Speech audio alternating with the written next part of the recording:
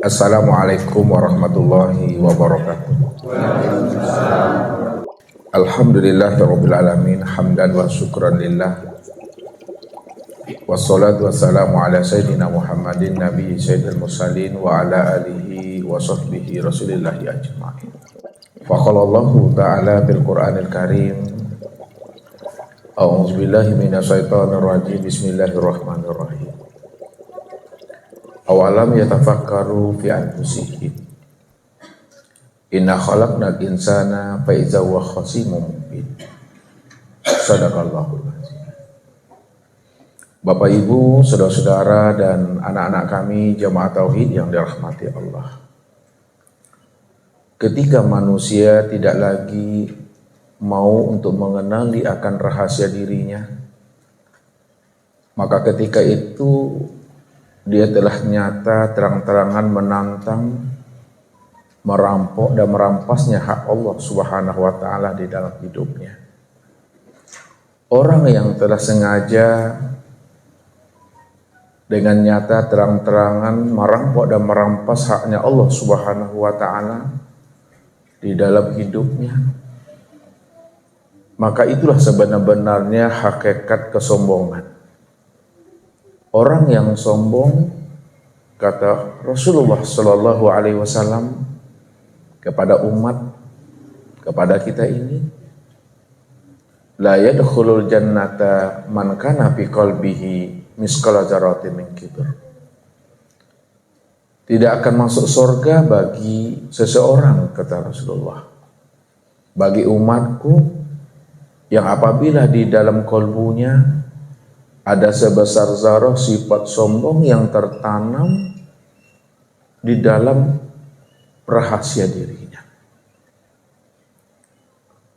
Walaupun itu sebesar zarah, andai kata pun dia dikatakan sebagai seorang yang ahli ibadah, dia dikatakan sebagai ahli sujud, orang surau, orang langgar, orang masjid, tapi dia enggan untuk memahami dan mengenali akan rahasia dirinya, maka dialah yang dikatakan Allah sebagai orang-orang yang sombong yang akan menantang diri Tuhan.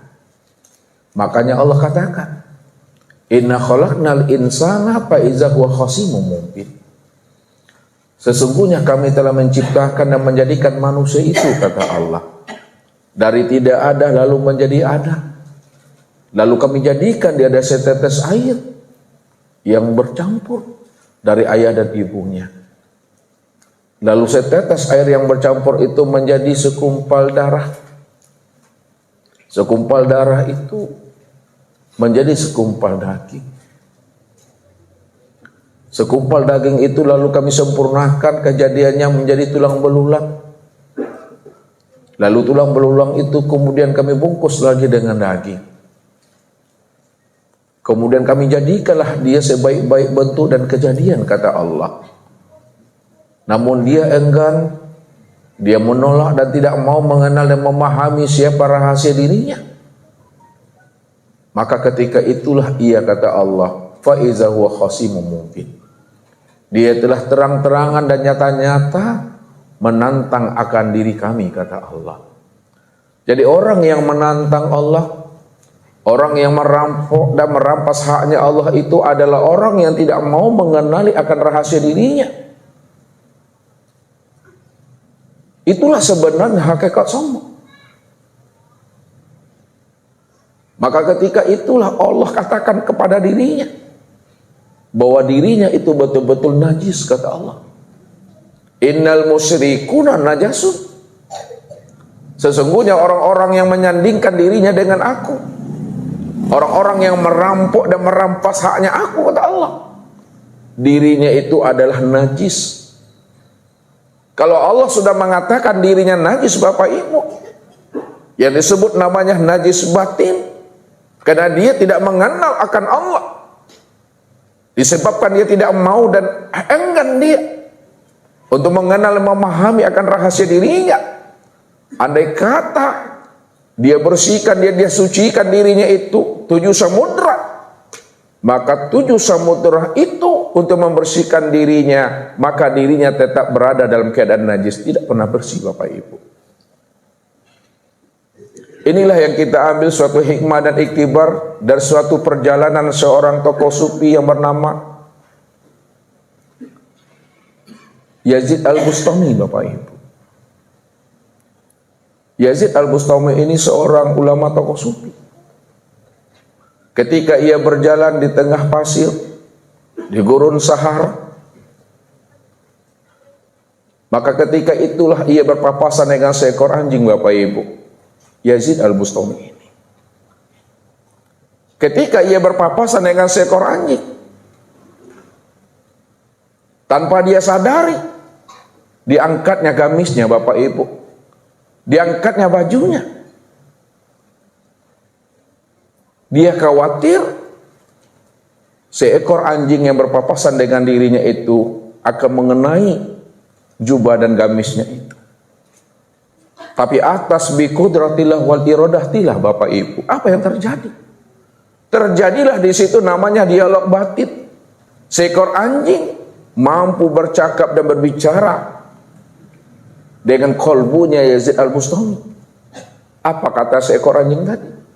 Wahai Abu Yazid, kenapa engkau angkat jubahmu? Engkau sing-singkan pakaianmu?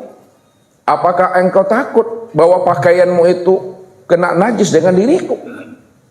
Andai kata jubahmu kena najis, pakaianmu itu terkena najis dengan diriku, itu bisa dicuci dengan air, salah satunya dicampur dengan tanah. Tapi apabila wahai Yazid Al-Bustami, kamu angkat bajumu, kamu sing-singkan jubahmu, karena kamu menganggap aku ini adalah makhluk yang rendah, makhluk yang hina di hadapan Allah, maka najis di dalam dirimu itu tidak akan pernah bisa kamu membersihkan dan mensucikannya. Walaupun kamu bersihkan najis yang ada pada dirimu itu dengan 7 samudera, maka tidak mampu 7 samudera itu akan membersihkan akan diri. Ketika itulah Yazid Al-Bustami Bapak Ibu menangis Bapak Ibu. Dengan kalam seekor anjing, ia menyayat akan dirinya, karena dirinya merasa suci di hadapan makhluk Allah. Lupa dia menciptakan seekor anjing itu adalah zat yang maha suci, tapi dia tidak mampu mengambil dan memahami akan hikmah dan iktibar di balik segala sesuatu yang diciptakan Allah.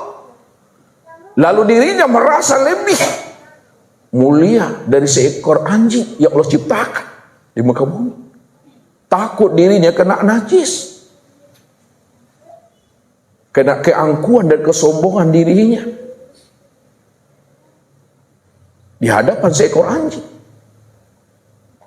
Maka dengan izin Allah, anjing itu mampu memberikan jawaban yang terbaik terhadap apa yang dikhawatirkan oleh Yazid Al-Bustami. Andai kata pakaianmu itu, jubahmu itu, gamismu itu kena najis daripada diriku, bisa dibersihkan hai itu, wahai Yazid Al-Bustami, dengan air. Tapi kalaulah najis di dalam dirimu telah tertempel, telah tertanam, maka engkau bersihkan najis yang ada dalam dirimu itu dengan 7 samudera, maka 7 samudera itu juga belum cukup untuk membersihkan akan diri. Menangislah beliau Bapak Ibu. Ketika beliau menangis, ketika itulah dia minta maaf kepada seekor anjing tadi. Pada saat itu pula lah Yazid Al-Bustami mengajak seekor anjing ini untuk mengikuti akan dirinya, mendampingi dirinya untuk melanjutkan perjalanan dakwah dia. Lalu apa yang terjadi? Wahai Yazid Al-Bustami, engkau seorang ulama besar, aku ini seekor anjing. Kalau engkau bawa aku untuk mendampingi dirimu untuk melakukan suatu perjalanan dakwahmu, nanti dirimu akan difitnah oleh orang-orang ramai, dirimu akan diejek oleh orang-orang ramai. Karena engkau membawa seekor binatang yang najis, sedangkan diriku akan dilempari oleh masyarakat ramai itu. Daripada diriku ini dilempari oleh manusia dan masyarakat, lebih baiklah kita berpisah hari ini, wahai Yazid Al-Bustami. Engkau lanjutkanlah perjalanan engkau pergi berdakwah, dan aku pun akan melanjutkan perjalanan aku. Apa hikmahnya Bapak Ibu? Apa rahasia yang bisa Bapak Ibu ambil dari cerita ini? Jadi kalau kita merasa mulia di hadapan Allah dan di hadapan makhluknya Allah, maka itulah sesungguhnya manusia yang angkuh, manusia yang sombong. Bukankah Allah pernah mengingatkan akan diri kita ini sebagai hambanya? Fala tuzaku anfusakum huwa a'lamu biman ittaqa. Wahai jantung hatiku, wahai kekasihku, jangan kamu sekali-kali menganggap dan mengira akan dirimu adalah orang yang paling bersih, orang yang paling suci, orang yang paling fitrah. Walaupun kamu dipanggil kiai, labai, tengku, buya, walaupun dirimu dipanggil oleh masyarakat dengan ustaz, jangan sekali-kali kamu memandang dan menganggap dirimu lebih baik dari mereka. Dirimu lebih suci daripada mereka. Dirimu lebih ma'rifat. Dirimu lebih mengenal daripada mereka. Huwa a'lamu biman ittaqa, kata Allah. Akulah yang lebih tahu siapa dirimu. Akulah yang lebih mengerti siapa dirimu, tentang dirimu. Karena aku yang menciptakan dirimu dari tidak ada lalu menjadi ada. Maka aku lebih tahu akan rahasia dirimu. Siapa yang paling beriman, siapa yang paling bertakwa, siapa yang suci, siapa yang fitrah, maka aku yang lebih tahu, kata Allah. Disinilah kita mesti paham. Jangan sekali-kali Bapak Ibu kita menyilau-nyilau, menilik-nilik dan menyentar ke dalam diri. Semakin kita silau ke dalam diri, semakin kita sentar ke dalam diri kita. Maka itulah batu licin Bapak Ibu, batu penaruang dalam hidup tadi. Inilah hijab yang lebih halus lagi. Ketika kita menilik ke dalam diri kita, ketika kita menyilau dan menyentar ke dalam diri kita ini, aku ini seorang buya, seorang kiai, seorang labai, aku ini seorang mursyid, maka aku lebih mulia daripada mereka. Ketika itu kita telah digelincirkan oleh iblis melalui kata-kata itu. Iblis menipu kita melalui kata-kata ma'rifat. Iblis bisa menipu kita melalui kata-kata hakikat. Iblis bisa menipu kita melalui jabatan dan kedudukan kita. Apakah kita dipanggil oleh umat ini sebagai seorang buya, seorang labai, seorang kiai, seorang imam, seorang mursyid? Ingatlah, kalau lupa kita tentang rahasia diri kita, lupa kita mengenal dan memahami akan hakikat diri kita ini, la haula wala quwata illa billah, maka sesungguhnya gelar itu, sesungguhnya panggilan kehormatan itu merupakan batu licin buat diri kita Bapak Ibu. Itulah batu penaruh dalam hidup kita ini.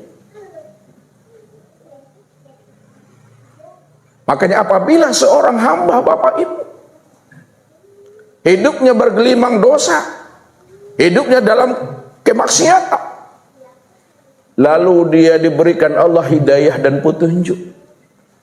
Allah berikan dia itu hidayah dan petunjuk, lalu dia sadar, insaf dan taubat dia. Ketika dia telah bertobat Bapak Ibu, lalu dirinya merasa hina di hadapan Allah, maka itu lebih baik bagi seorang ahli ibadah yang merasa dirinya lebih mulia di hadapan Allah dan manusia ini. Ini yang mesti kita tilik ke dalam diri kita ini. Makanya orang yang tidak mau mengenal dan memahami akan hakikat rahasia dirinya, itulah sebenar-benarnya orang yang sombong dan sebagai penantang Tuhan. Yang Allah haramkan bagi dirinya itu untuk bisa masuk ke dalam surga. Karena diri yang diharamkan Allah itu disebabkan dirinya adalah najis Bapak Ibu. Maka malam ini Bapak Ibu kita akan mencoba menguraikan kembali akan rahasia diri kita ini, supaya kita mampu mengenal siapa Tuhan, lalu kita bisa memulangkan kembali amanah rahasia yang suci itu kembali kepada yang punya rahasia. Di mana datangnya situ pulangnya Bapak Ibu. Ya, di mana hilang di situ cari. Kalau memang datangnya daripada Allah, mesti kembali kepada Allah. Kalau diri kita ini asalnya adalah Tuhan, maka kembalinya tetap wajib menjadi Tuhan. Inilah makna inna lillahi wa inna ilaihi rajiun itu. Sesungguhnya asal kita ini Tuhan dan kembalinya tetap kembali menjadi Tuhan. Kalau asal kita dari Maha Suci, kembalinya tetap kepada yang Maha Suci. Namun untuk kembali kepada diri yang Maha Suci, mesti dengan diri yang suci. Kalau kita tidak mengembalikan amanah rahasia diri yang Maha Suci itu, ya Allah titipkan kepada diri kita, tidak mau kita mengembalikannya, tidak mau kita memulangkannya dalam keadaan fitnah dan suci, maka tertahanlah kita Bapak Ibu di dalam kehidupan ini. Sehingga hidup kita ini berada dalam keadaan zulumat. Orang yang zulumat, orang yang batinnya tertahan, tertutup, terdinding dengan dunianya, dengan akal pikirnya, dengan nafsunya. Aku pastikan kata Allah, mereka tidak akan mampu mengembalikan amanah itu kembali dalam keadaan fitnah dan suci. Karena mereka khatamallahu ala qulubihim, telah aku gembok hatinya kata Allah. Telah aku kunci mati jiwanya kata Allah. Kalau Allah telah gembok dan Allah telah kunci mati hati dan jiwa kita, siapa yang mampu membuka gembok yang telah terkunci itu? Yang mampu membuka gembok yang terkunci itu tidak lain adalah Allah Subhanahu wa ta'ala. Allah itulah waliul mukminin. Allah itulah waliul muttaqin. Allah itulah nurus samawati wal ardh. Kalau Allah adalah wali bagi orang-orang beriman dan bertakwa, Allah adalah pelindung, pemelihara dan pemberi hidayah dan petunjuk kepada masyarakat langit dan bumi. Maka disitulah Allah mengatakan, "Fama yahdillah bahwal muhtadi." Barang siapa yang aku bukakan hidayah dan petunjuk kepada dirinya, bahwal muhtadi, maka beruntunglah ia. Karena hati yang tergembok, hati yang terkunci, karena aku yang akan mampu, aku yang bisa dan sanggup membuka kunci yang telah tergembok itu. Maka dia termasuk orang yang beruntung kata Allah. Sebabnya apa? Wallahu yahtassu bi rahmati may yasha. Karena dia aku beri rahmat secara khusus kata Allah. Aku berikan keistimewaan khusus bagi dirinya. Karena dia termasuk orang yang aku pilih kata Allah. Wa may yudlil falan tajidalahu waliyan mursida. Barang siapa yang hati dan jiwanya tetap terkunci dan tergembok selalu, wa may yudlil falan tajidalahu waliyan mursida. Kemanapun dia pergi, pergi pun dia kepada seorang yang tahu dengan agama, yang roseh ilmunya untuk minta hidayah dan petunjuk, maka dia tidak akan pernah mampu dan bisa membuka gembok yang telah terkunci dalam hati dan jiwanya itu. Karena mereka bukanlah Tuhannya mereka. Tuhannya manusia ini tidak lain adalah aku kata Allah. Kalau Allah adalah Tuhannya manusia, Tuhannya para ulama, Tuhan guru, mursyid, labai, tengku dan buya, maka akulah yang mampu membukakan gembok yang telah terkunci pada dirinya kata Allah. Akulah yang dikatakan wali mursyid itu. Allah menjelaskan dirinya sebagai wali mursyid. Disitulah Allah jelaskan, Allah waliyul ladzina amanu yukhrijuhum minaz zulumati ilan nur. Karena aku adalah wali yang mursyid, maka aku pula lah yang membukakan kegelapan yang ada dalam hati dan jiwa mereka. Akulah yang mampu mengeluarkan kegelapan itu, lalu aku masukkan nur dan hidayah ke dalamnya. Jadi kalau kita tahu Bapak Ibu, paham dan mengerti kita Allah itu wali mursyid, pemberi hidayah dan petunjuk, maka maka serahkanlah diri kita ini seutuhnya kepada Allah. Hilangkan keakuan diri kita ini di hadapan Allah. Kalau dah serahkan diri kita kepada Allah seutuhnya, dan kita pulangkan rahasia diri ini kembali kepada Allah seutuhnya, insya Allah Bapak Ibu,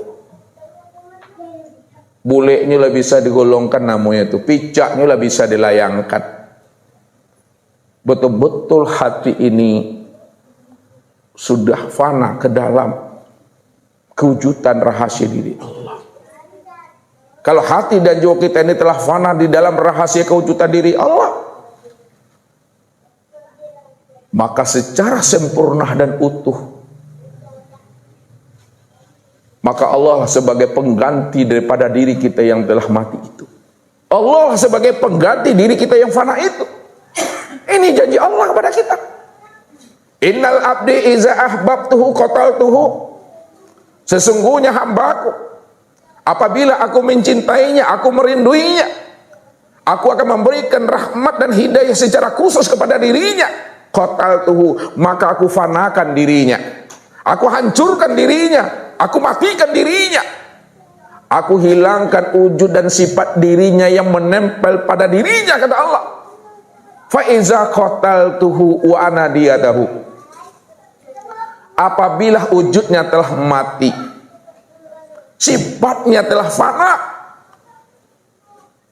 maka akulah sebagai pengganti daripada wujud dan sifat yang telah fana itu, kata Allah.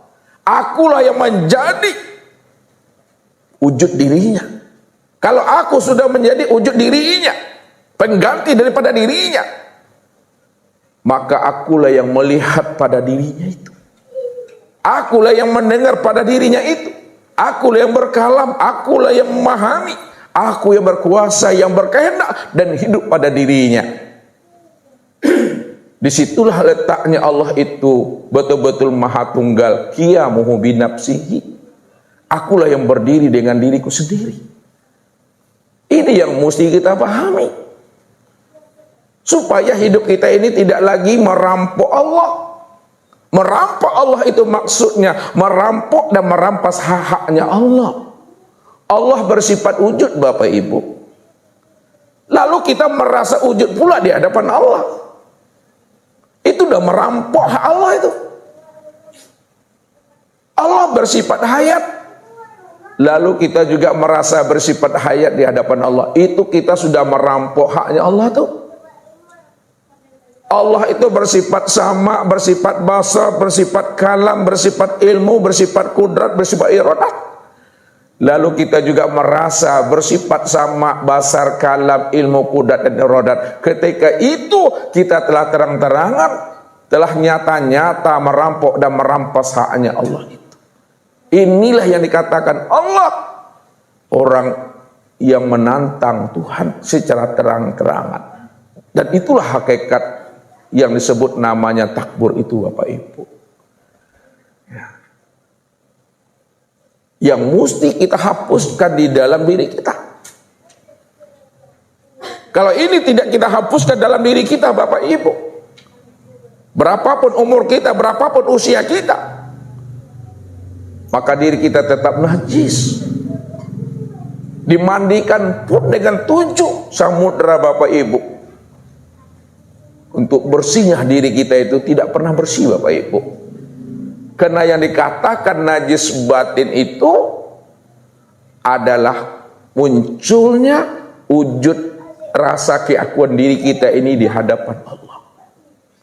Ketika kita tidak mengenal Allah, itu sudah najis. Ketika kita tidak mau memahami akan rahasia diri ini, bahwa diri ini adalah rahasianya dirinya Allah, itu juga sudah najis. Tetap selama hidup kita merasa diri kita inilah yang wujud ini sebenarnya. Padahal kita setelah dibukakan oleh Allah rahasia diri kita ini melalui Rasulullah Sallallahu Alaihi Wasallam, bahwa diri kita ini di hadapan Allah, la haula wa la quwata illa billah, la tataharrakum zarrah illa bismillah, kullu min indillah. Makanya Allah selalu bertanya kepada diri kita, Awalam yatafakkaru fi anfusihim. Kenapa kamu tidak mau memikirkan, tidak mau memahami, tidak mau menelaah tentang rahasia dirimu, kata Allah. Maka diri kita inilah sebagai bukti.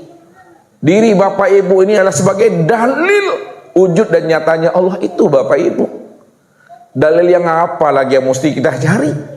Dalil yang mana yang mesti kita tuntut lagi? Bukankah diri kita ini adalah dalil untuk memandang akan kewujudan Allah itu secara nyata dan jelas? Afala taqilun, afala tatafakkarun. Kenapa kamu tidak mau mempergunakan kecerdasan rohani dan akal pikirmu, kata Allah. Jadi inilah Bapak Ibu, malam ini kita akan mencoba membukakan rahasia tentang hakikat kesombongan itu. Jadi sebagai dasarnya Bapak Ibu dijelaskan Allah di dalam surat Al-A'raf ayat 40.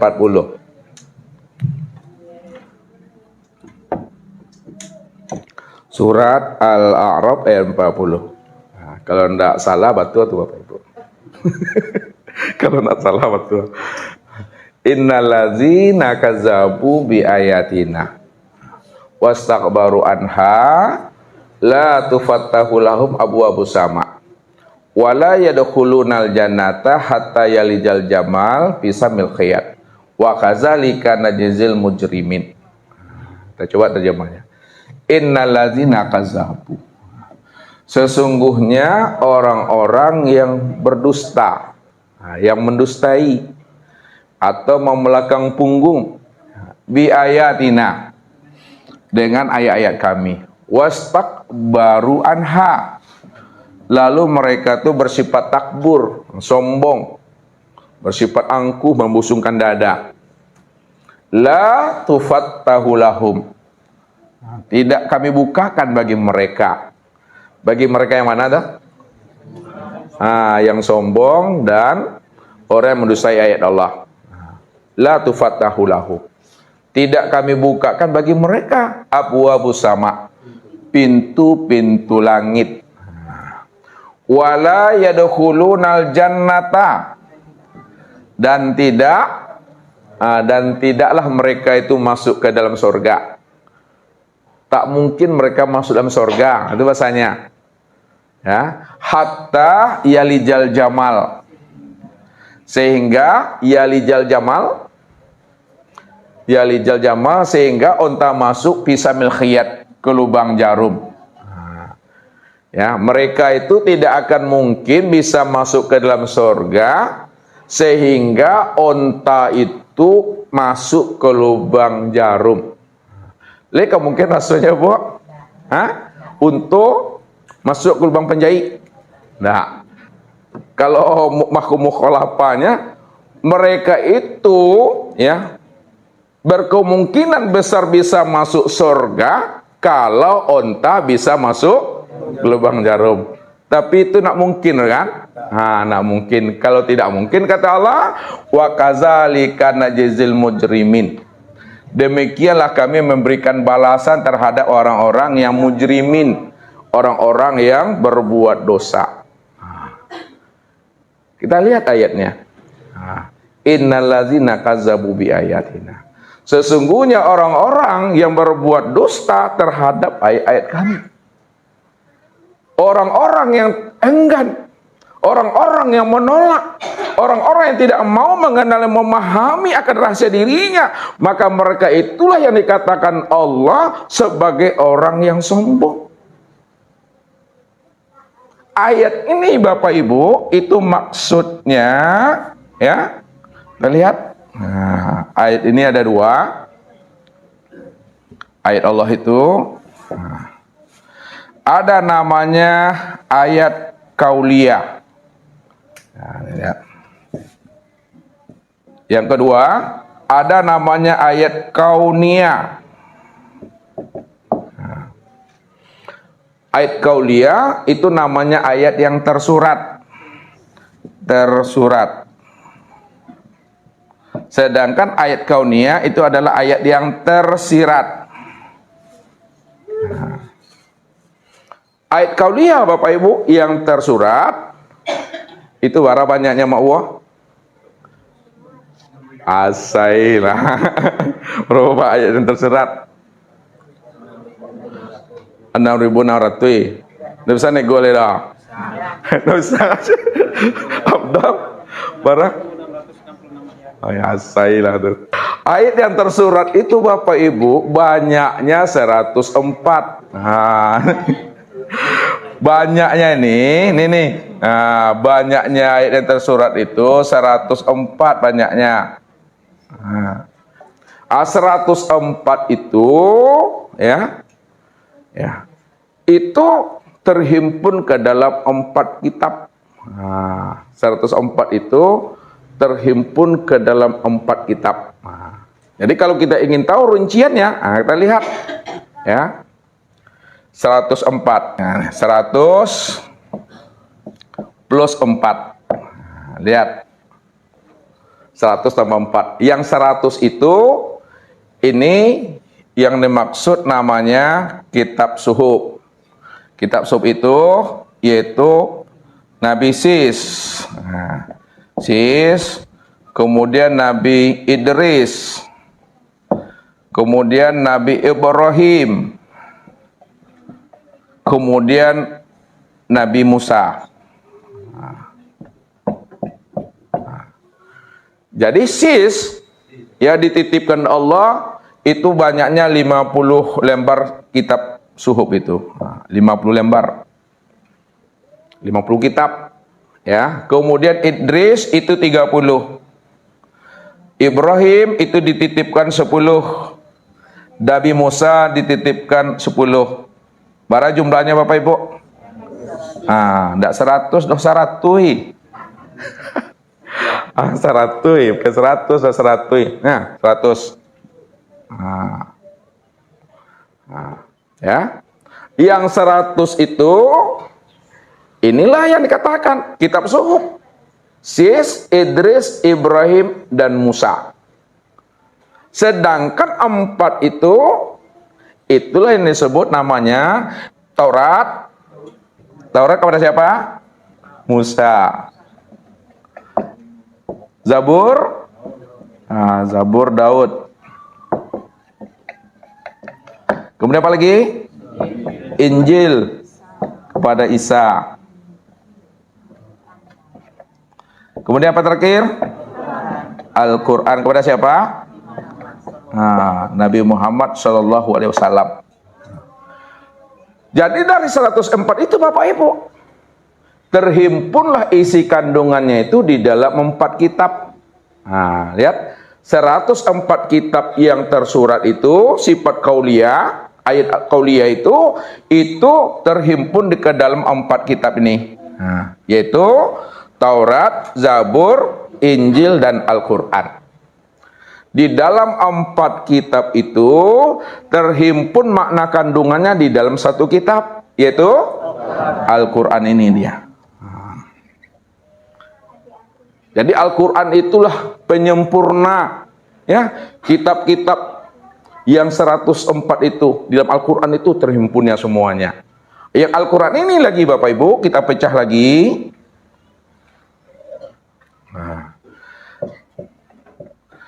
Al-Quran itu terdiri berapa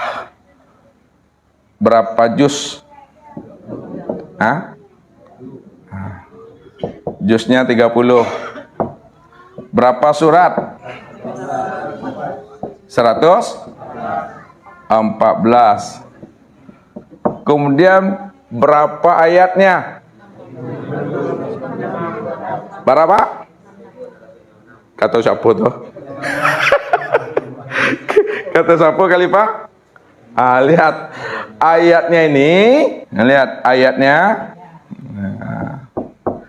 Ya, kita bagi lagi sini. Ya. Itu jumlahnya 6.219 ayat menurut ulama Makkah. Sedangkan 6.214 ayat ini menurut ulama Madinah.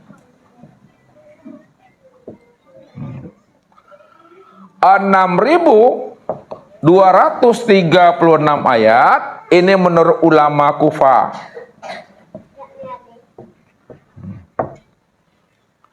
6.204 ini menurut ulama Basra.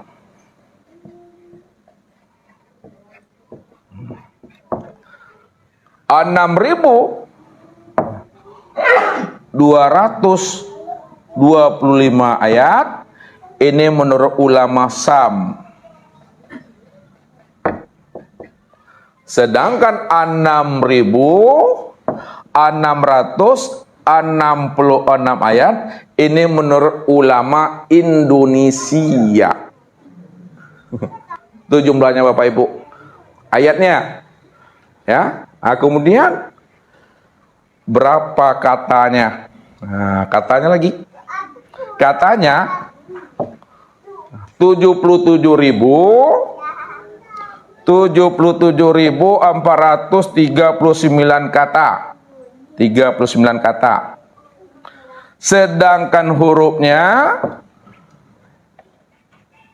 340.740 huruf. Kemudian surat yang diturunkan di Madinah, di Makkah itu 86 surat. Sedangkan di Madinah sebanyak 28 surat. Jadi kalau Bapak Ibu tak percaya, hitunglah sendiri itu. Tak percaya itu ya. Ini banyak ya. Dari 30 juz. Ya, lihat. 30 juz 114 surat itu, 30 juz ini terhimpun di dalam 114 surat. Ya. Terhimpun di dalam 114 surat itu. Ya, 114 surat itu terhimpun di dalam surat Al-Fatihah. Al-Fatihah itu. Ya. 114 isi kandungannya itu terhimpun di dalam surah Al-Fatihah. Ya. Isi kandung Al-Quran tahu Bapak Ibu? Nah, isi kandungannya yang terhimpun Al-Fatihah itu, Al-Quran itu, lihat isi kandungnya, itu dia bercerita tentang akidah.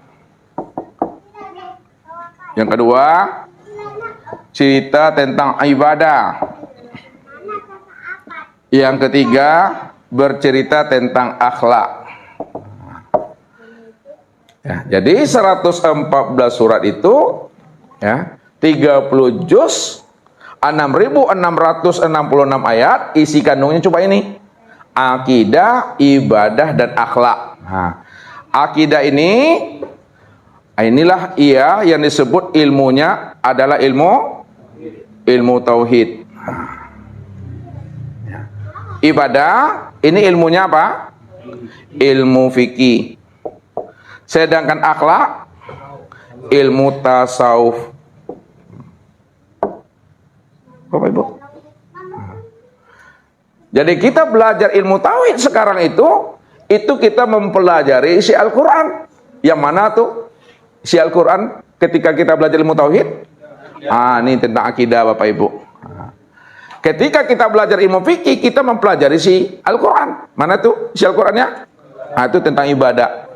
Ketika kita mempelajari ilmu tasawuf, kita sedang mempelajari isi Al-Quran, yaitu tentang akhlak. Makanya ilmu tauhid, ilmu fikih dan ilmu tasawuf ini yang dijelaskan oleh Rasulullah kepada Jibril. Ketika datang seorang pemuda Bapak Ibu, ya, berpakaian putih, rambut terurai, lalu duduk di hadapan Rasulullah, diadunya lututnya nih dengan lutut Rasulullah berdekatan Bapak Ibu, sama-sama bersimpuh itu.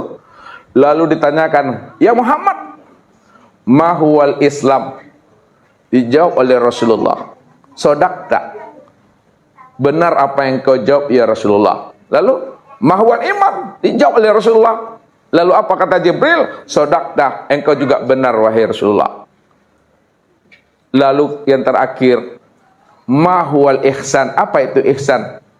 Dijawab oleh Rasulullah, anta'budallah ka'annaka tarahu, fa in lam takun tarahu fa innahu yaraka. Shadaqta ya Muhammad, engkau benar. Ya. Setelah itu beliau pergi. Setelah beliau pergi, lalu sahabat pun bertanya kepada Rasulullah, ya Rasulullah, siapa sebenarnya pemuda itu ya Rasul? Dia bertanya kepada engkau ya Rasul, ya. Lalu dia pula yang membenarkan jawaban engkau ya Rasulullah. Ya, seolah-olah dia betul-betul menguji engkau ya Rasulullah. Ya, biasanya orang bertanya tuh Bapak Ibu tanda orang tahu atau tanda orang tak tahu? Tidak tahu kan? Tapi dia bertanya kepada Rasul, lalu dia pula yang membenarkan jawaban Rasulullah. Berarti pemuda tadi itu bukan bertanya dah, tapi mananya tuh. Ketahuilah wahai sahabat-sahabatku, kata Rasulullah, pemuda yang barusan bertanya kepada diriku lalu dia pergi, itulah malaikat Jibril, dia sedang mengajari agama untuk kalian melalui akan diriku. Jadi kita belajar ilmu tauhid sekarang itu kita mempelajari isi Al-Quran. Yang mana tuh isi Al-Quran ketika kita belajar ilmu tauhid? Ini tentang akidah Bapak Ibu. Ketika kita belajar ilmu fikih, kita mempelajari si Al-Quran. Mana tuh si Al-Qurannya? Itu tentang ibadah. Ketika kita mempelajari ilmu tasawuf, kita sedang mempelajari si Al-Quran, yaitu tentang akhlak. Makanya ilmu tauhid, ilmu fikih dan ilmu tasawuf ini yang dijelaskan oleh Rasulullah kepada Jibril.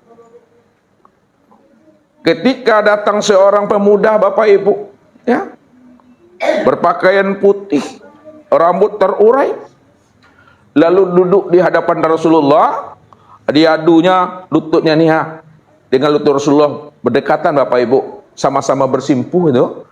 Lalu ditanyakan, ya Muhammad, ma huwal Islam?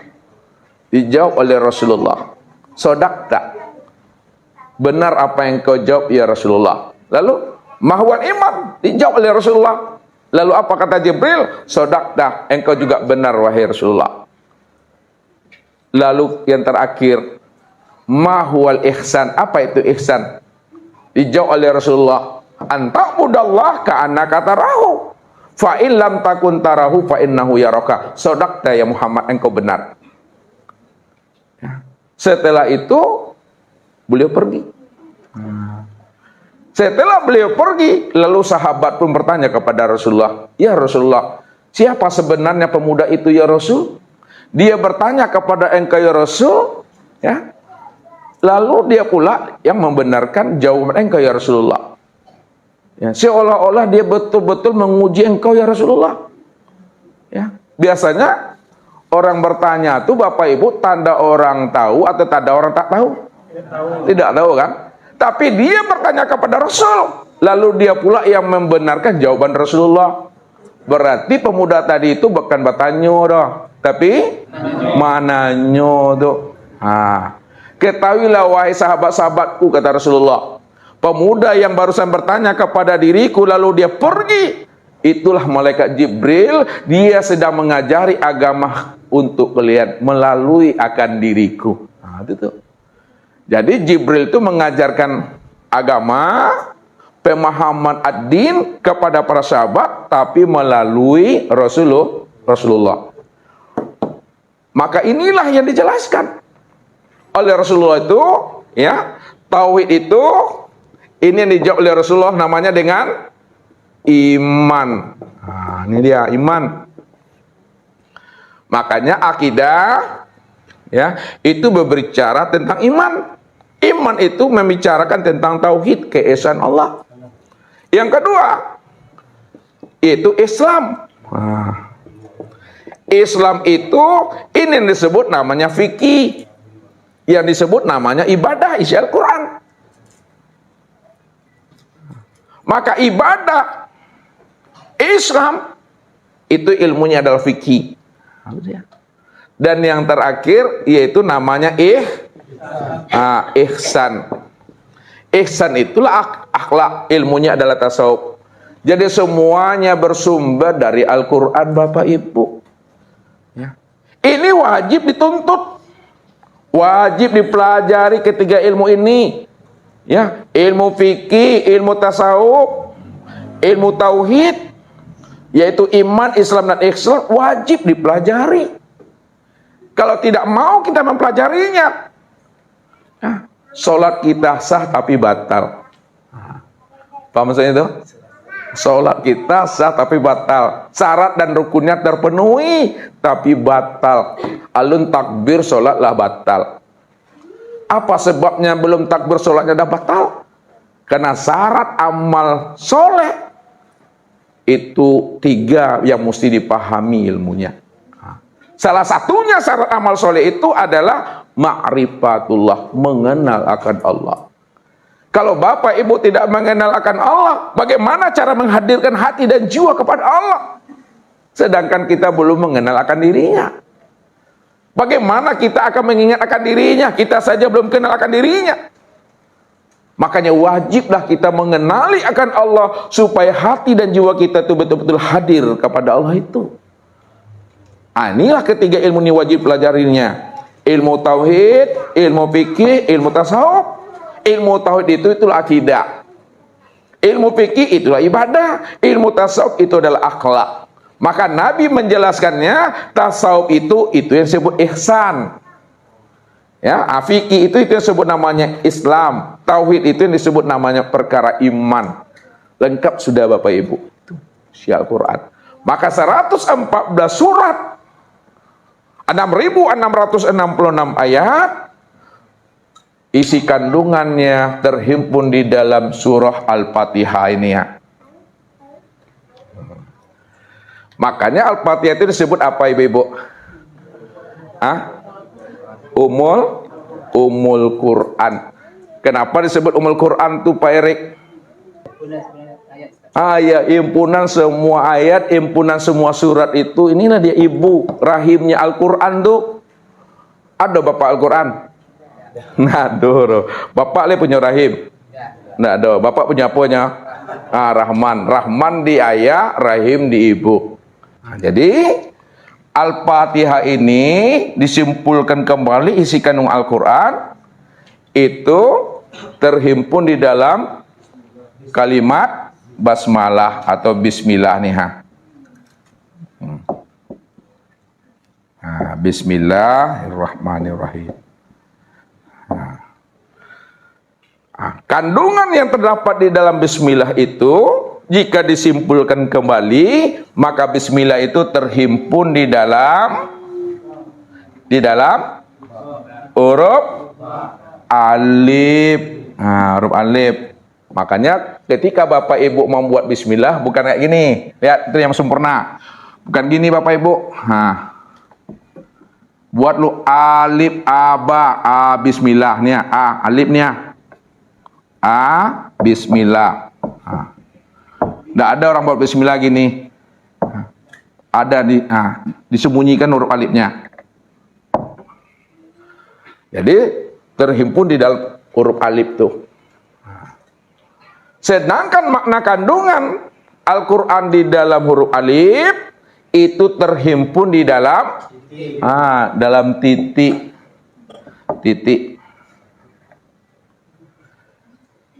Ya, terhimpun dalam titik. Makanya sebelum Bapak Ibu menulis huruf alif, titik dulu.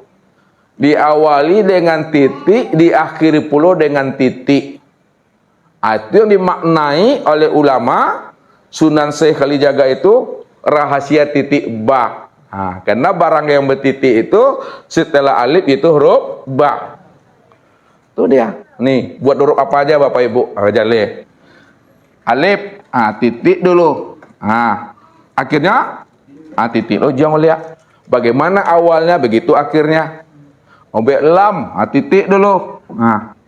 Sudahnya titik juga. Jadi semua huruf itu dari alif. Ya, dari alif. Dan semua huruf itu dari titik. Itu memahaminya kesimpulannya. Dari alif dan dari titik. Sebelum titik. Sebelum titik ada Bapak Ibu. Ada apa tuh? Kosong. Tuh ya. Sebelum titik itu kosong. Makanya kosong jangan dibilang nggak ada. Kosong tuh ada, nya kosong tapi berisi, nya berisi tapi kosong. Itulah maksudnya. Nah, kita lihat di mana letaknya kosong tapi berisi, berisi tapi kosong. Sebelum angka 1 kita tulis, yang ada apa angka apa? 0. Nah, 0 nih dari 0 dulu. Dari 0 itu baru muncul 1. Nah, maka sebenarnya angka 1 itu asalnya dari mana sebenarnya? Dari 0 nih angka 1 nih ya. Dari 0 baru 1 dia. Ini yang dikatakan yang sebenar ada itu bukan angka 1. Yang sebenar ada itu adalah 0. Walaupun angka 1 itu ada, tapi adanya angka 1 itu sebenarnya tidak ada. Yang sebenar ada itu yang 0, yang kosong tuh. Nah, yang kosong ini yang sebenarnya itu yang wujud, yang ada. Dari 0 baru zahir angka 1. Siapa kosong tuh? Siapa yang tiada tuh? Siapa yang hampa? Itulah Allah. Makanya segala sesuatu yang wujud, segala sesuatu yang ada, itu berasal daripada tiada. Dan yang tiada itulah wujud yang sebenar ada. Wujud yang sebenar ada itulah yang disebut namanya Allah. Itu rahasianya. Ini namanya ayat kauliyah namanya Bapak Ibu. Nih ayat kauliyah. Nah, jadi sudah sempurna ayat kauliyah itu di dalam Al-Quran. Ya. Sekarang, yang kedua namanya ayat kauniyah. Ayat kauniyah itu adalah ayat yang tersirat. Untuk membaca ayat yang tersirat, membaca ayat kauniyah, kita butuh namanya ayat kauliyah. Lihat tuh. Untuk memahami ayat kauniyah ini Khalifah, kita butuh memahami ayat kauliyah. Ayat kauliyah inilah pedoman kita, petunjuk kita yang akan menghantarkan kepada kita supaya kita pandai membaca ayat yang kauniyah atau yang tersirat.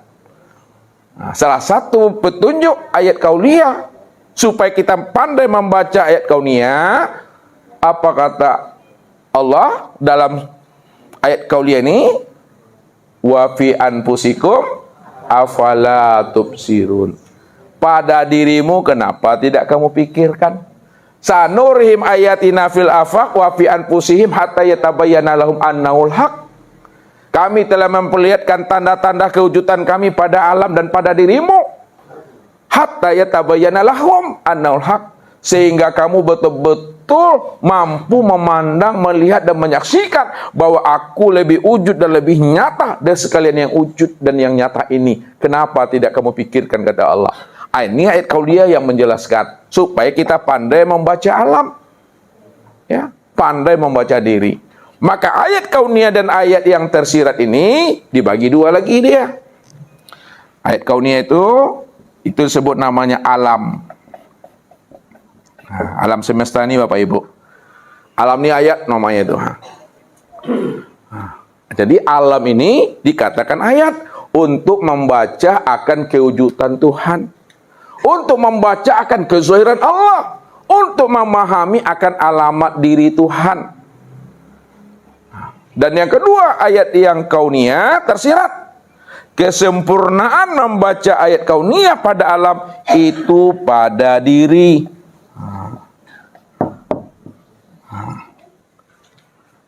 Jadi untuk membaca ya ayat kauniyah secara sempurna, selain daripada alam, itu sempurnanya pada diri. Wa fi anfusikum afala tubsirun. Pada dirimu kenapa tidak kamu pikirkan, kata Allah. Maka supaya Bapak Ibu mampu mengenal dan memahami ya, akan keberadaan dan kewujudan Allah. Di mana keberadaan Allah, di mana alamat Allah, Bapak Ibu wajib ya membaca diri. Maka diri yang Bapak Ibu baca itu yang disebut namanya kitab nafsiyah. Jadi diri ini disebut namanya kitab nafsiyah. Jadi di kitab-kitab manapun Bapak Ibu baca, tidak akan pernah berjumpa dan bersua tentang alamat kewujudan diri Allah. Kalau kita ingin bisa berjumpa, bersua tentang alamat Allah, ingin berjumpa dan bersua dengan kewujudan kezahiran Allah, ingin berjumpa kita akan keberadaan Allah, maka nama kitab yang mesti Bapak Ibu pelajari, yang Bapak Ibu pahami namanya kitab Nafsiyah. Kitab Nafsiyah itu kuah diriaden kuah. Ini dia. Kitab Nafsiyah itu yang disebut namanya Al-Quranul Azim. Tuh. Kitab Nafsiyah ini yang disebut namanya Al-Quranul Azim. Apa artinya itu? Al-Quranul Azim, inilah dia. Inilah rahasia Al-Quran. Makanya ada namanya Al-Quranul Azim, ada namanya Al-Quranul Hakim. Mana yang Al-Quranul Hakim? Al-Quranul Hakim, inilah yang disebut namanya alam semesta. Ini Al-Quranul Hakim, itu yang disebut namanya alam tadi. Alam semesta ini namanya Al-Quranul Hakim. Sedangkan diri Bapak Ibu disebut namanya Al-Quranul Azim. Makanya ketika orang setelah membaca Al-Quran, maka dibacanya apa? Shadaqallahul Azim. Sementara yang ditulis oleh para sahabat, Zaid bin Sabit, 10 sahabat penulis Al-Quran, dibuat 5, maka yang dibuat itu namanya Al-Quranul Karim. Jadi Al-Quranul Karim itu yang ditulis oleh para sahabat, juru tulis itu. Lalu kita baca sampai pada saat sekarang ini. Ada di rumah kita, ada di masjid, ada di surau. Yang dicetak di pabrik. Itu disebut namanya Al-Quranul Majid. Jadi kesempurnaan Al-Quran itu pada diri sendiri. Inilah yang dijelaskan oleh Aisyah kepada sahabat. Ya Aisyah, bagaimana akhlaknya Rasulullah itu ya Aisyah? Akhlaknya Rasulullah itu khuluquhul Quran. Akhlaknya Nabi itu Al-Quran. Kalau engkau ingin melihat Al-Quran berjalan, maka lihatlah Rasulullah itu. Lihatlah akhlaknya, lihatlah kepribadiannya. Rasulullah itulah dikatakan Al-Quranul Azim. Al-Quran yang berjalan.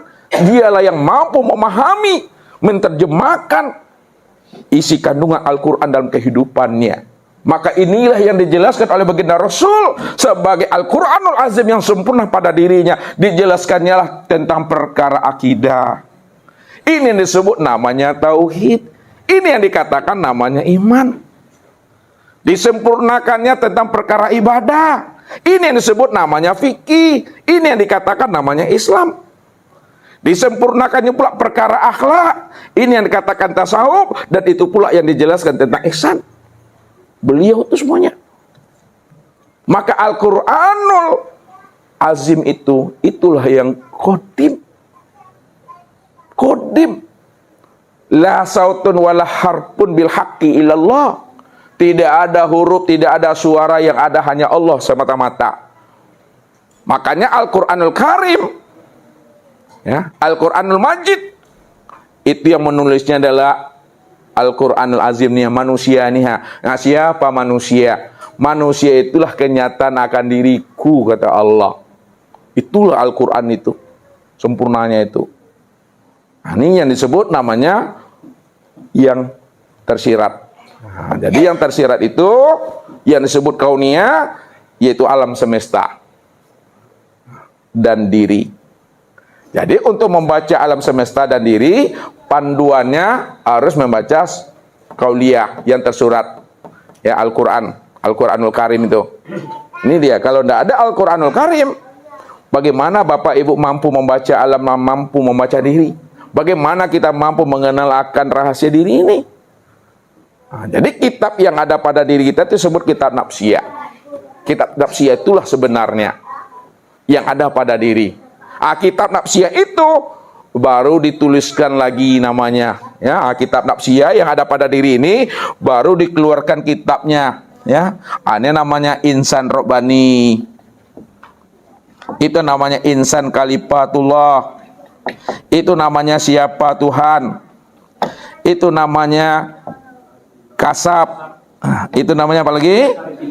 Arif bila.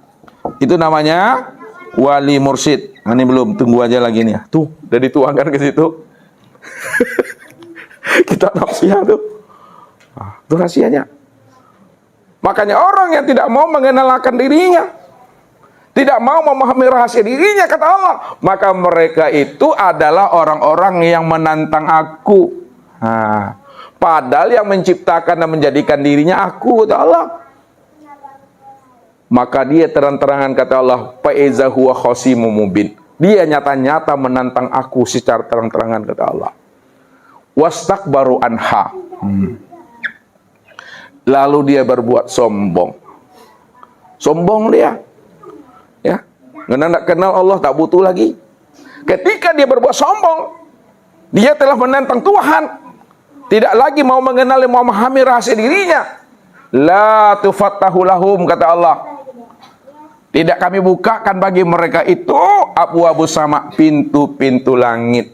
Nah, ada langit yang terjauh di luar diri. Ada langit yang terdekat pada diri. Inna zayyana sama dunia bizinatil kawakib. Kami akan menghiasi langit-langit yang terdekat itu dengan bintang-bintang yang bercahaya. Langit yang terdekat yang Allah maksud Bapak Ibu, bukan yang di luar diri ini. Tapi langit yang terdekat dihiasi oleh Allah dengan kawakib, dengan bintang-bintang. Itu tidak lain adalah kolbu, hati. Jadi langit yang terdekat itu maksudnya adalah hati, Bapak Ibu. Kolbu, ini yang langit terdekat. Inna zayyana sama'ad dunya bizinatil kawakib. Aku hiasi, ya, langit dunia itu, hatimu itu, kolbumu itu dengan bintang-bintang. Maksudnya apa? Dengan iman, cahaya tauhid. Itu maksudnya. Makanya kami tutup pintu langit, itu maksudnya kami tutup hati mereka. Itu maksudnya. Ketika hati mereka sudah kami tutup, maka disitulah hati mereka itu menjadi kafir, kata Allah. Jadi kafir itu maknanya tertutup. Tertutup dari apa? Tertutup daripada mengenal akan Allah yang menjadi rahasia dirinya. Ini pintu langit. Hati inilah Bapak Ibu, inilah landasan kita untuk bermi'raj kepada Allah. Hati inilah wadah untuk masuk ke alam malakut. Hati inilah wadah untuk masuk ke alam lahut itu. Hati inilah wadah untuk berliqa, untuk bermi'raj dengan Allah itu. Mana yang dikatakan kolbu, mana yang dikatakan hati sebagai pintu langit? Kita lihat.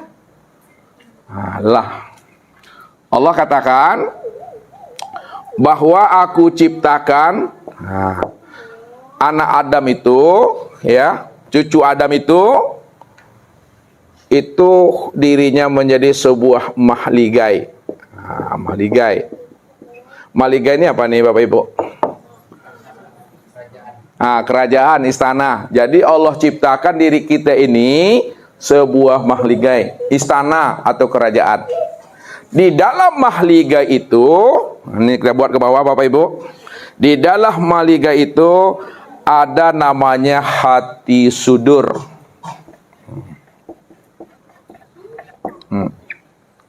Jadi di dalam mahligai, ini yang diri kita ini kalau biar gak jale sama Bapak Ibu, nih kita buat orangnya ini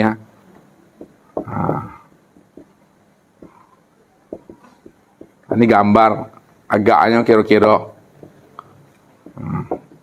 kebekumis gitu. Ini mahligai. Allah jadikan diri kita ini, batang tubuh kita ini bagaikan sebuah istana, ya, kerajaan, mahligai. Di dalam mahligai itu ada namanya hati sudur. Hati sudur nih, hati sudur. Ya, sudurin nas, sudut hatimu. Nah, di dalam hati sudur itu ada namanya hati fuad. Nah, hati fuad. Jadi hati fuad itu di dalam hati sudur letaknya. Di dalam hati fuad itu ada namanya hati kulub. Hati kulub. Di dalam hati kulub itu ada namanya hati sagofa. Nah, sagofa itu yang disebut namanya hati bahjatul kulub. Nah, bukan mbah, tapi bahjatul kulub. Nah, di dalam hati sagofa atau bahjatul kulub ada namanya hati lub. Nah, lub. Nah, lubban. Nah, lubban. Di dalam hati lubban itu ada namanya ruh. Nah, ya. Di dalam hati lubban itu ada ruh. Di dalam ruh itu ada sir. Nah, di dalam sir itu, disitulah ada nur. Di dalam nur itulah aku, kata Allah. Nah, makanya orang-orang yang ditutupkan Allah pintu hatinya, hati sudurnya, hati fuadnya, hati kulubnya, sagofanya, lubnya, maka disitulah dia tidak mampu bermi'raj kepada Allah. Disitulah dirinya terdinding dan terhijab untuk berjumpa dan liqa dengan Allah. Allah telah menggembok dan mengunci mati hatinya. Khatamallahu ala qulubihim itu. Kalau Allah dah gembok hati kita, kalau Allah dah kunci mati hati kita, siapa yang mampu membuka hati yang telah tergembok oleh Tuhan? Melainkan Allah itu sendiri yang mampu membukanya. Yahdi mayasya wa yadilu mayasya. Ya. Aku buka, kata Allah, sumbatan hatinya itu bagi orang yang aku pilih, kata Allah. Dan aku ta'amu, kata Tuhan. Ta'mu itu. Allah itu tak mau dia, ya, membuka pintu hati manusia yang terkunci itu kalau dia tidak mau untuk memberi hidayah dan petunjuk kepada dirinya. Disebabkan apa? Allazina kazzabu bi ayatina wastakbaru anha. Karena mereka termasuk orang-orang yang membelakang punggung untuk mengenal dan memahami aku. Makna hakikatnya, apabila Bapak Ibu menolak akan kehadiran Allah pada diri, siapa yang menolak akan kewujudan Allah pada diri, maka itulah orang yang membelakang punggung daripada Tuhan. Itulah yang menantang Tuhan. Itulah yang hakikat takbur, hakikat sombong itu, Bapak Ibu. Itulah yang Allah kunci itu. Tidak aku beri mereka hidayah, tidak aku beri mereka petunjuk. Kalau Allah tidak memberi mereka hidayah petunjuk, andai kata mereka beramal, amal mereka tak menembus 7 petala langit. Itu bahasa syariatnya. Tak naik amalnya, turun amalnya. Ketika turun amalnya, maka hati ini tidak ada nikmatnya dalam beribadah. Kolbu kita ini tidak ada terasa asiknya dalam beribadah. Tidak ada rasa bermanja-manja dengan Allah. Karena Allah tidak pernah menghidupkan rahasia dirinya ke dalam kolbu yang telah terkunci itu. Nah, inilah ibadah yang dilakukan itu hanya sebatas ibadah batang tubuh saja, Bapak Ibu. Ya, nah, kalau ibadah batang tubuh itu, ya batang tubuh ini, Bapak Ibu. Ala usang batang tubuh, ala lapuk, ala lusuh beribadah, tapi tak ada nilainya, tak ada hasilnya. Wahum yahsabuna annam yuhsinuna sun'a. Mereka mengira dan menyangka diri mereka telah melakukan ibadah dan ketaatan, kata Allah, padahal mereka ada takicu di nantarang, kata Tuhan. Takicu di nanggalo biasanya tu kalipah. Tapi takicu di nantarang sakit bananya hati. Karam di tengah lautan biasanya tunis. Tapi kalau karam di tepi lautan, bedu bananya awak. Artinya apa? Kita menilik, menyilau dan menyentar ke dalam diri bahwa kita telah mengumpulkan pahala-pahala sebanyak-banyaknya. Kata Nabi, orang yang seperti itu nanti, kata Rasul, di akhirat ibaratnya mereka memikul peti yang besar. Di dalam peti yang besar itu dia kira di dalamnya ada pahala-pahala sholat, puasa, zakat, haji. Tapi setelah di hadapan Allah, buka peti itu, yang kamu kira berisi amal-amal ibadahmu, buka, kata Allah.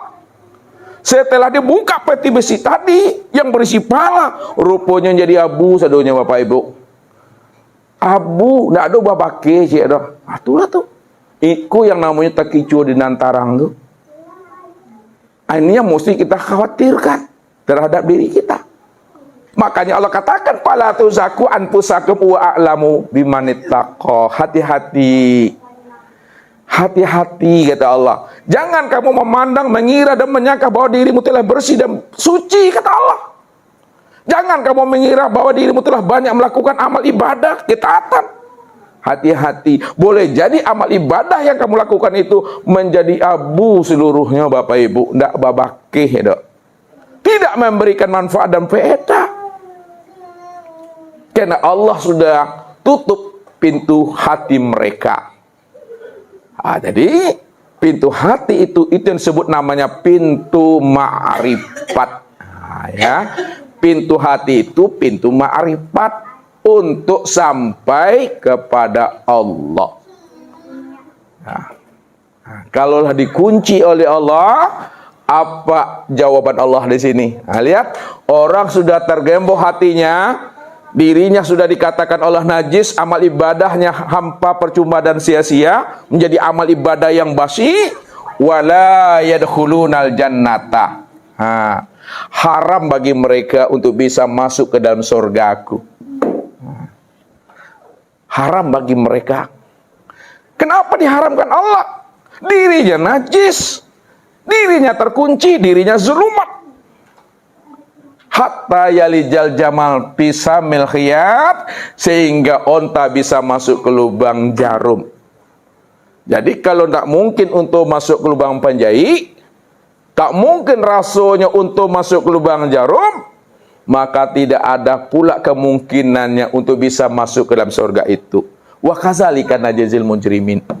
Demikianlah kami memberikan balasan terhadap diri mereka.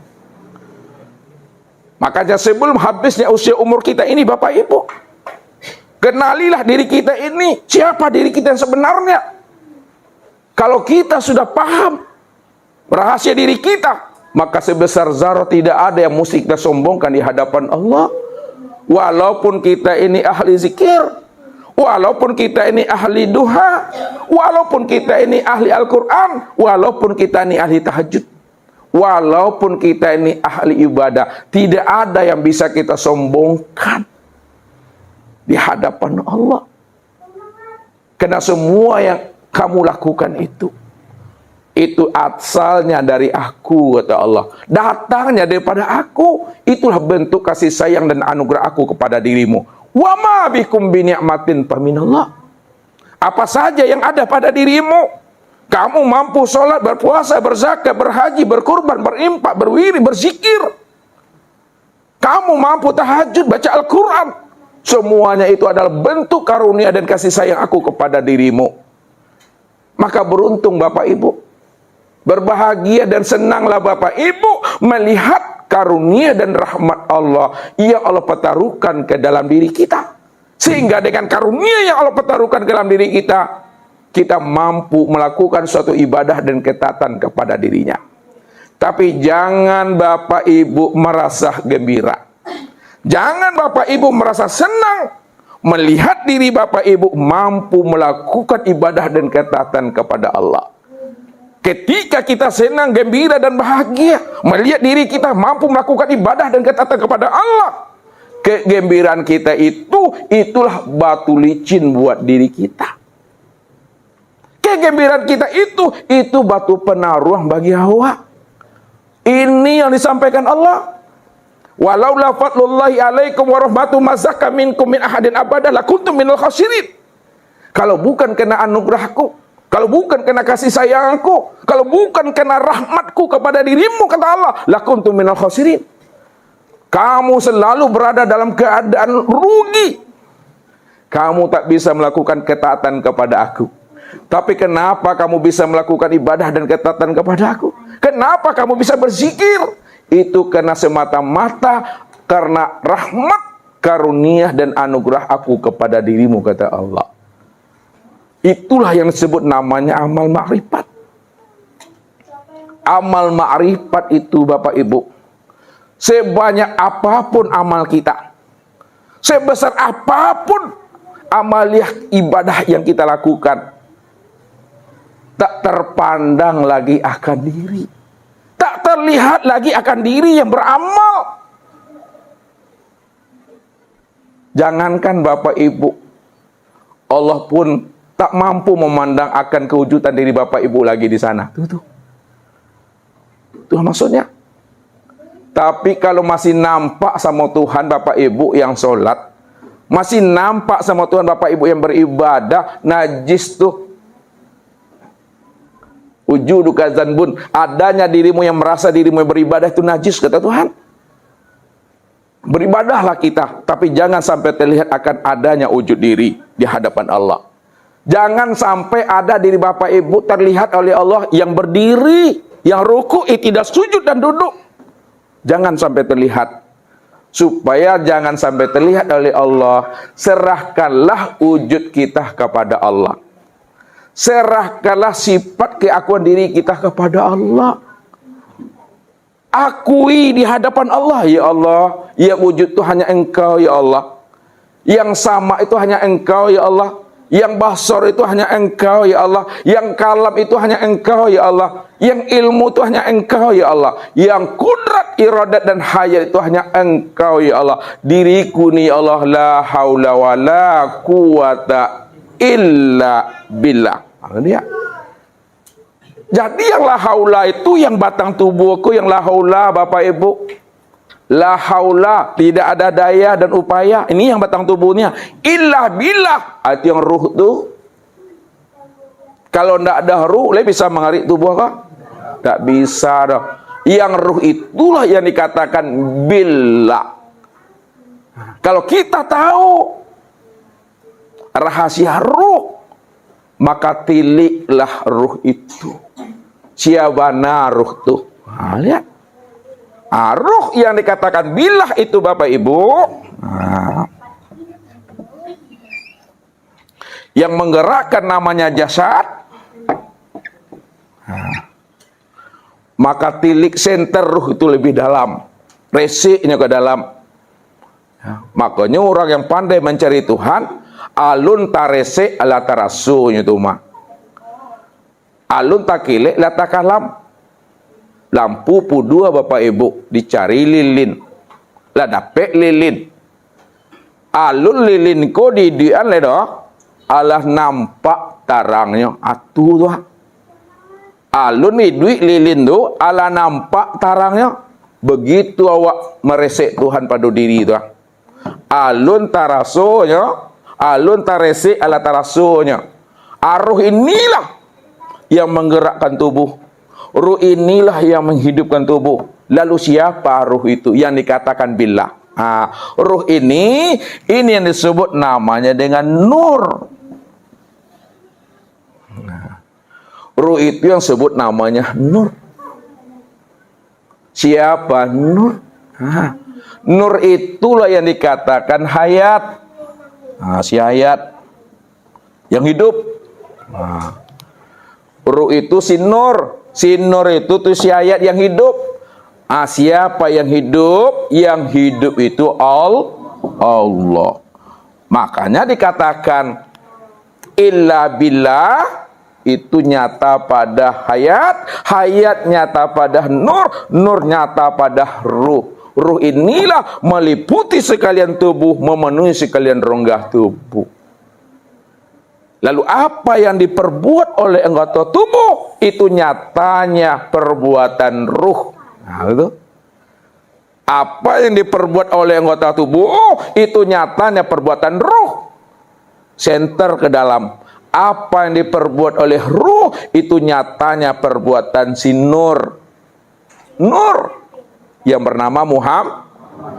Apa yang diperbuat oleh Nur yang bernama Muhammad itu nyatanya kesempurnaan si hayat yang hidup.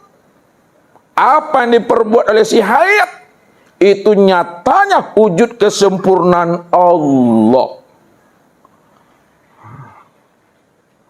Itu maksudnya itu. Makanya dikatakan la haula wala quwata illa billah. Inilah rahasia hakikat makmum dan rahasia hakikat imam. Jadi tubuh ini makmumnya, ruh ini adalah imamnya.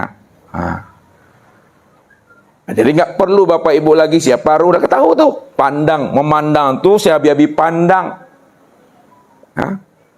Si abi-abi pandang, mandangnya itu. Itu yang katakan tuh. Kalau kita sudah bisa memandang si abi-abi pandang, maka yang nampak Allah cuma yang berdiri dengan sendirinya. Itu yang wujud mutlak itu. Yang dikatakan hu. Dia hu. Jadi hu itu hanya dirinya cuma. Itu yang dikatakan zikir, yang sebenar zikir. Zikir yang sebenar zikir, la sautun wala harpun. Tidak ada lagi namanya suara, tidak ada lagi namanya huruf. Melainkan yang nyata hanya Allah semata-mata. Berarti Allah itu bukanlah huruf dan bukanlah suara. Allah itu bukan yang ditulis nih. Allah itu bukan kata Allah tuh. Yang Allah itu, itulah sekalian yang wujud. Yang Allah itu, itulah sekalian yang nyata. Yang Allah itu, itulah sekalian yang zohir. Sekalian yang wujud, yang nyata dan zohir, itulah yang Allah. Itu yang dikatakan hu. Sadarlah Bapak Ibu. Paham dan ngertilah kita. Bahwa diri ini yang hu itu. Yang tak boleh lagi disebut dengan ungkapan kata-kata dan bahasa. Cukup paham dan mengerti saja. Jadi kalau Bapak Ibu udah paham dan mengerti, tidak perlu diungkapkan dengan kata-kata. Cukup paham aja tuh. Ini yang diungkapkan oleh Rasul sebagai penutup kaji. Man arafallah bahwa Allah. Barang siapa yang telah mengenal Allah, maka dia yang Allah itu. Yang wujud itu yang Allah itu. Yang zahir itu yang Allah itu. Yang nyata itu yang Allah itu. Kalla lisanahu. Maka ketika itulah keluh lidah ini tak perlu lagi diungkapkan dan disebut-sebut lagi. Kalau disebut-sebut itu dalam rangka memberikan pemahaman, pembelajaran dan penjelasan. Kalau sudah paham terhadap pembelajaran dan pemahaman, ya cukup diam saja. Nah, jadi minggu besok awaklah diam-diam saja oleh besok datang. Ngecek-ngecek, kalau ngecek terlalu paham lah itu. Jadi pahamlah di balik diam tuh, ya. Mengertilah di balik antok tuh. InsyaAllah itu Bapak Ibu. Ini saja Bapak Ibu yang dimuliakan Allah. Mudah-mudahan Allah bukakan hati kita untuk selalu bermi'raj, untuk mampu bermusyahadah dengan Allah, sehingga kembalinya kita itu tidak lagi membawa apa-apa. Yang kita bawa hanyalah rahasia diri Allah itu kembali. Kalau Bapak Ibu meninggal membawa sesuatu, berarti Bapak Ibu sudah mencuri, kata Tuhan. Dulu asalnya kosong, ya. Asalnya kosong, tidak ada punya apa-apa. Kinilah membawa apa-apa pula. Berarti di mana kamu rampok nih, kata Tuhan. Jadi kembalikan diri dalam keadaan kosong, dalam keadaan fitrah, dalam keadaan suci. Itu tuh. Sedangkan ibadah yang kita lakukan ini adalah bentuk kepatuhan kita kepada Allah. Ibadah yang kita perbuat ini, inilah bentuk keimanan kita kepada Allah. Jadi bawalah rahasia diri Allah itu kembali. Supaya suci rahasia diri Allah pada diri, maka patuhlah kita kepada Allah. Patuh itulah jalannya terjaganya kefitrahan, amanah rahasia Allah yang utuh pada diri, yang mesti dikembalikan dalam keadaan fitrah dan suci kembali. Billahi taufik wal hidayah. Wassalamualaikum warahmatullahi wabarakatuh.